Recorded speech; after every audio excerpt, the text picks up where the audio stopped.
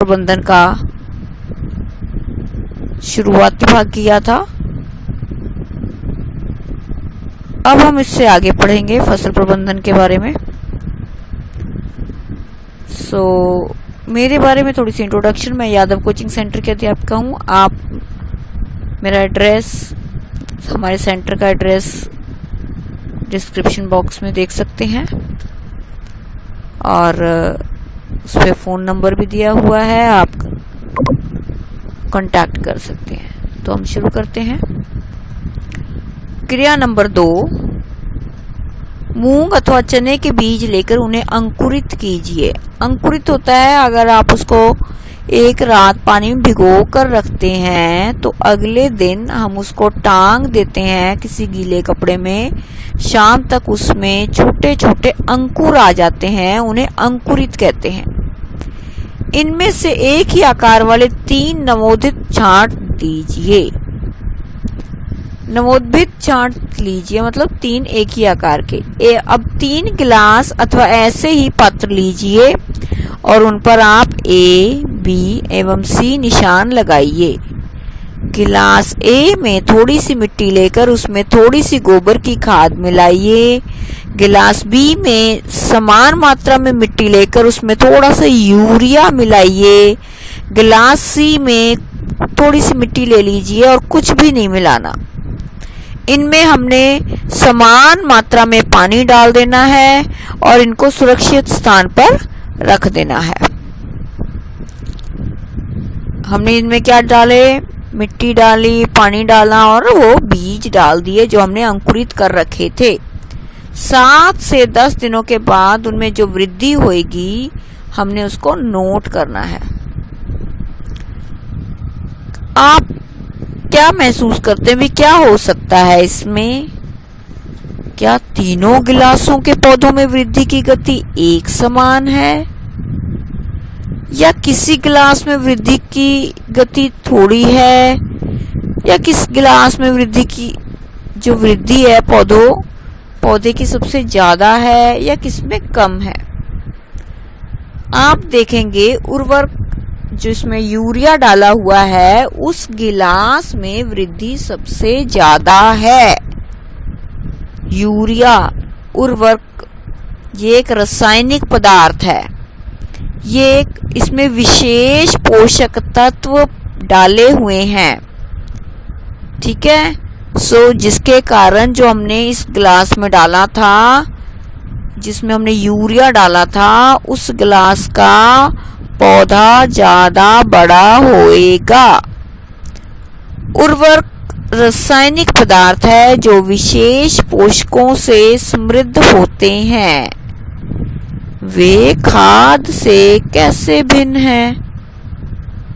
अब खाद और हम कहते हैं उर्वरक डालो, खाद डालो, है ना, उपजाऊ शक्ति बढ़ाने के लिए।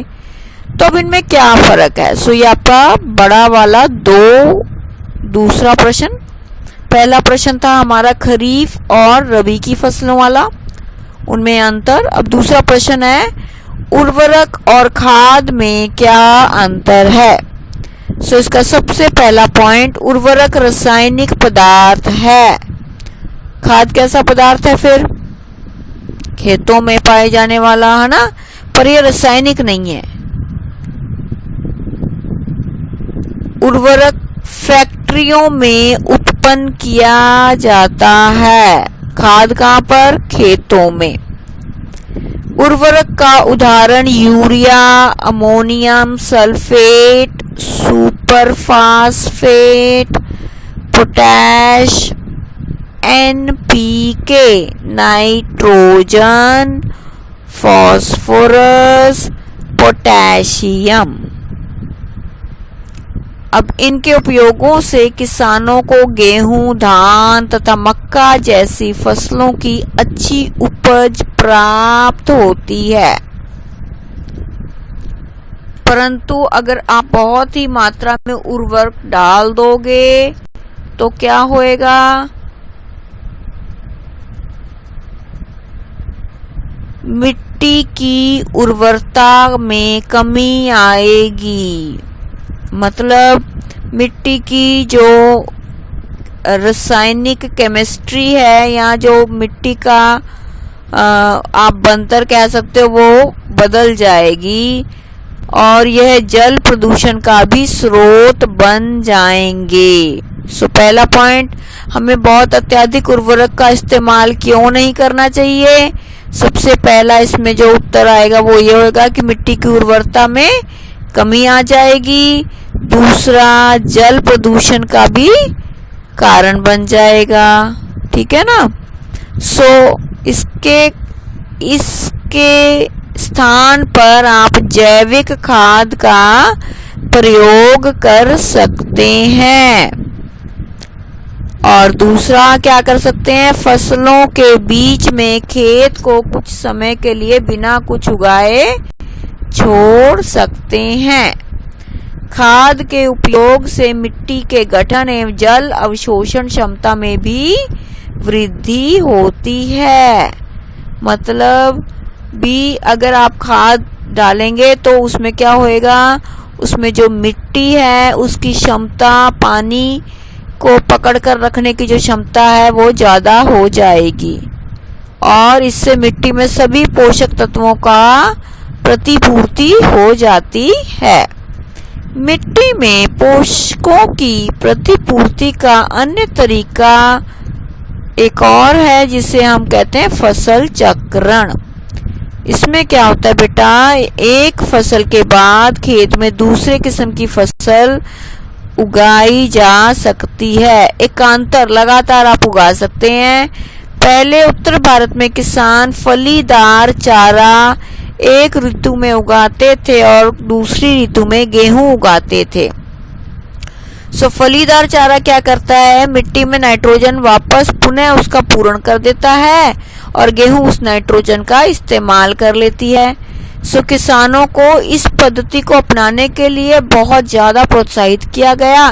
भाई आप फसली चक्र लगाइए जिससे जो खेत में पोषक तत्व वापस आते जाएंगे और दूसरी फसल उसका इस्तेमाल करती जाएगी।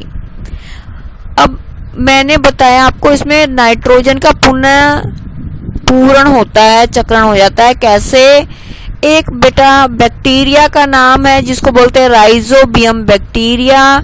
यह फलीदार पौधों की जड़ों की ग्रंथियों में पाए जाते हैं और वायुमंडलीय नाइट्रोजन का स्थिरीकरण करते हैं। सो एक नंबर का प्रश्न, कौन सा बैक्टीरिया है, तो उत्तर क्या आएगा, कौन सा बैक्टीरिया नाइट्रोजन स्थिरीकरण में लाभदायक है। उत्तर है, वेरी गुड, उत्तर क्या है, शाबाश, राइजोबियम। अब देखिए ये 3 नंबर का प्रश्न आता है, उर्वरक और खाद में क्या अंतर है। खाद जो है क्या है, ये उर्वरक क्या है, एक मानव निर्मित मतलब फैक्ट्रियों में उत्पादन किया जाता है। लवण है, लवण मतलब इसमें नमक है ना, पोटेशियम, नाइट्रोजन, ये सारी चीजें होती हैं बेटा।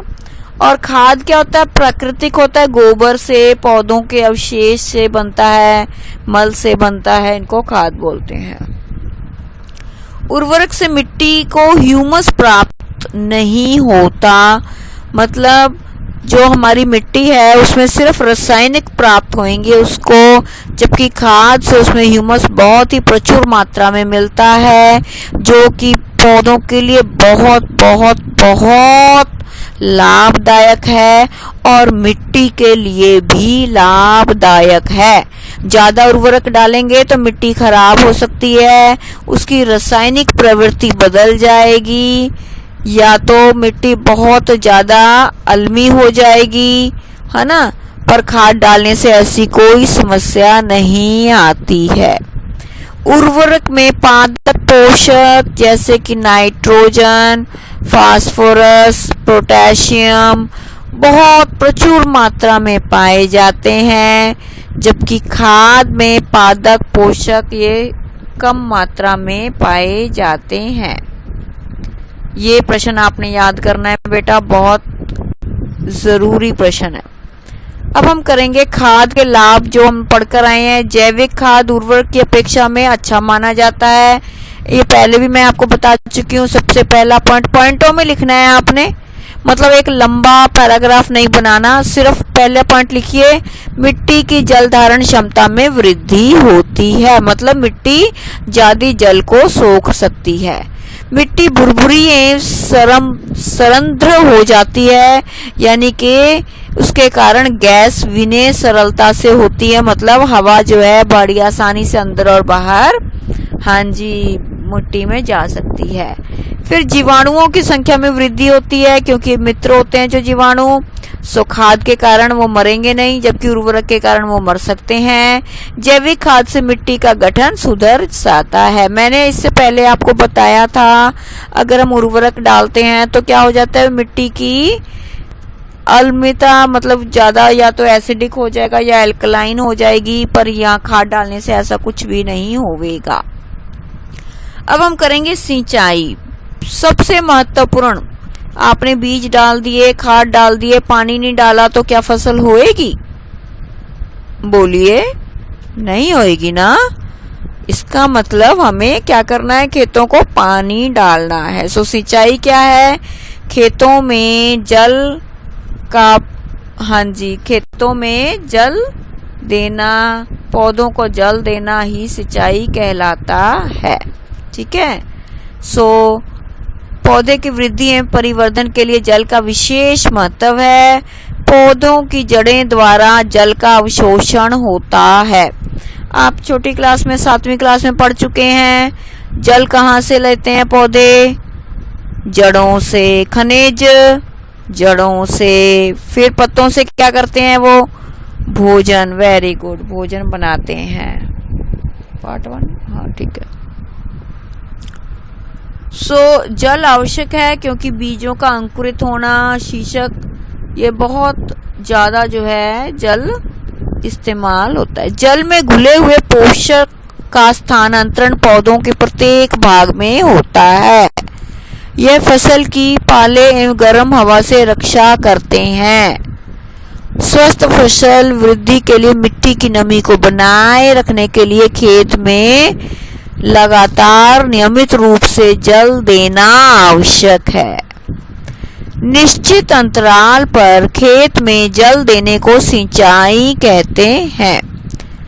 आप मिट्टी एवं ऋतु में भिन्न भिन्न सिंचाई अलग अलग समय में अलग अलग होती है। गर्मी में पानी देना ज्यादा जरूरी है, बारंबार देना होता है, जबकि वर्षा ऋतु में हम इसको बारंबार नहीं देते हैं।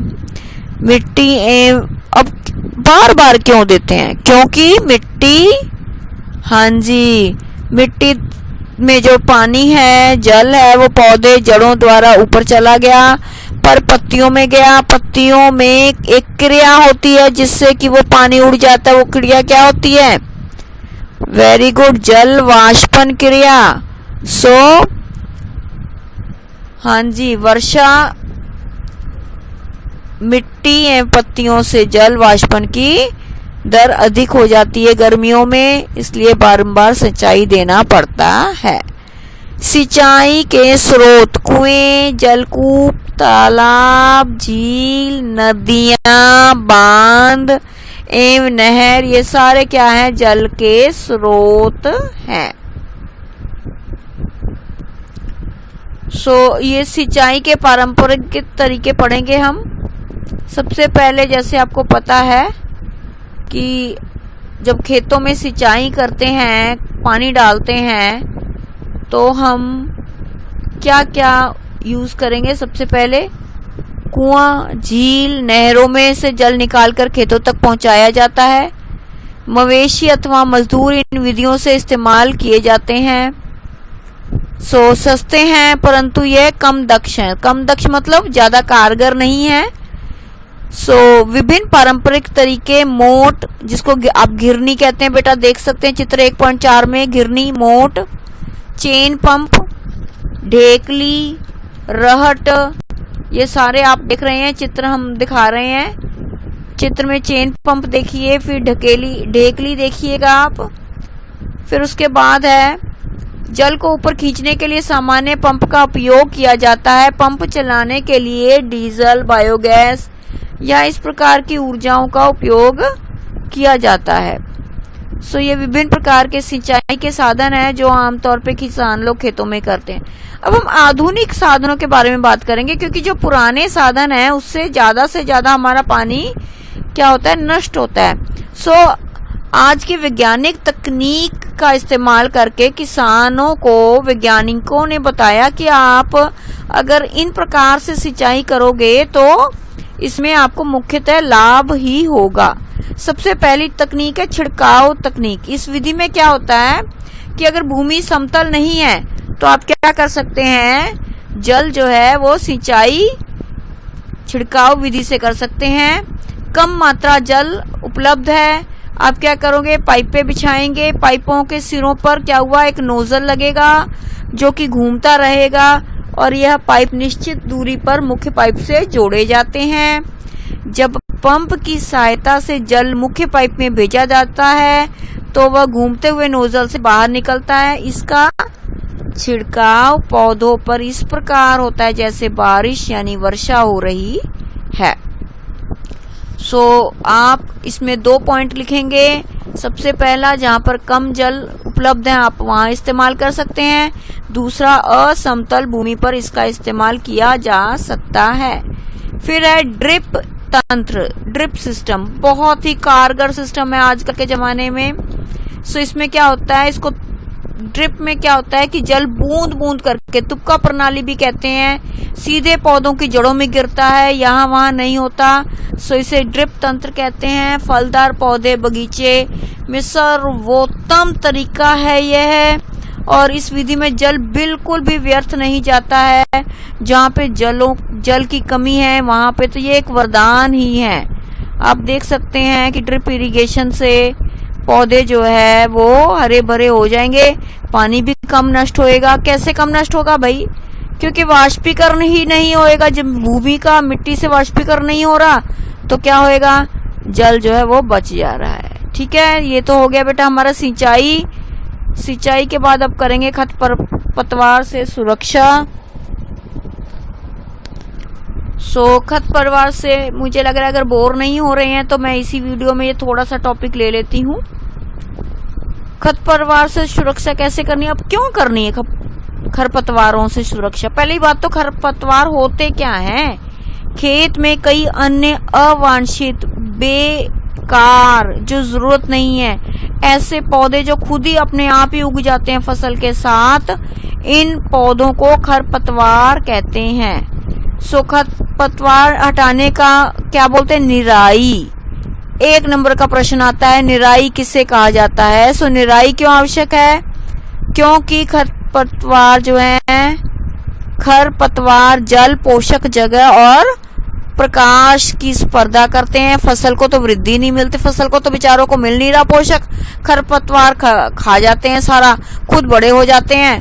खरपतवार को क्या करना है, आपने काट कर हटा देना है। इसके हटाने के कौन कौन से तरीके हैं, आपने खरपतवार नाशक जो है वो आप छिड़काव कर सकते हैं, इनको हाथ से हटा सकते हैं, और सबसे सर्वोत्तम तो यही है कि आप इनको हाथ से हटा दीजिए, क्योंकि जब आप छिड़काव करेंगे तो ये जहरीला पदार्थ है हमारी फसल के ऊपर भी आएगा, हमारे लिए नुकसानदायक है। आप खुरपी की या हैरो की सहायता से क्या कर सकते हैं, इसको जड़ों से उखाड़ कर फेंक सकते हैं।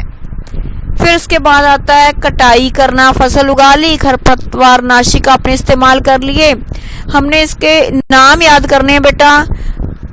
2-4 डब्बे खरपतवार के लाओ, 2-4 डब्बे खरपतवार के लाओ। आपने बीटा क्लोरो, यहाँ पे एक नाम और है नहीं दिया हुआ आपकी पुस्तक में, बीटा क्लोरो। बीटा क्लोरो ने 2-4 डब्बे खरपतवार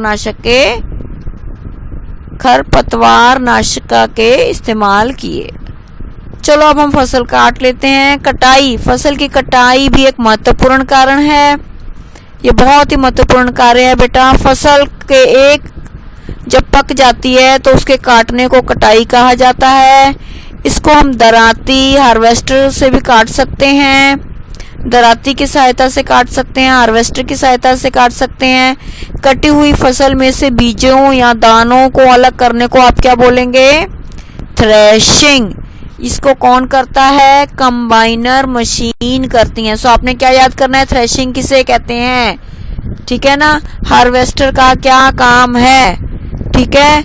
और छोटे किसान तो वो क्या करते हैं, वो कोई हार्वेस्टर ना, तो वो क्या करते हैं? फटक, मतलब कि क्या करते हैं, वो उसको फटकते हैं, जिससे क्या होगा? अलग हो जाएंगे बीज और दाने, ठीक है ना। विनोइंग मतलब अलग करना। कटाई के बाद जो तने के टुकड़े खेत में थोड़े मोटे आपने देखा होगा कि रह जाते हैं, है ना, क्या करते हैं? उसको काटते हैं? नहीं, क्या करते हैं? फिर जलाते हैं। इससे क्या होगा? हवा प्रदूषण। सो क्या ये जलाना चाहिए? नहीं ना। सो खेत में फसल काटने के बाद जो टुकड़े रह जाते हैं उसको कभी भी खेत में नहीं जलाना चाहिए। अब हम इसके बाद हम विनोइंग, समझ आ गया बेटा सब बच्चों को? आपने देखा होगा खेतों में क्या करते हैं वो, हाँ जी, जो तिल्ले हैं उनको तो अलग करते हैं और दानों को अलग करते हैं। विनोइंग है ना, फटकना। अब भंडारण, आपने फसल काट ली, तैयार कर लिया, बहुत ज्यादा फसल होगी तो उसका भंडारण भी करेंगे, नहीं तो क्या होगा?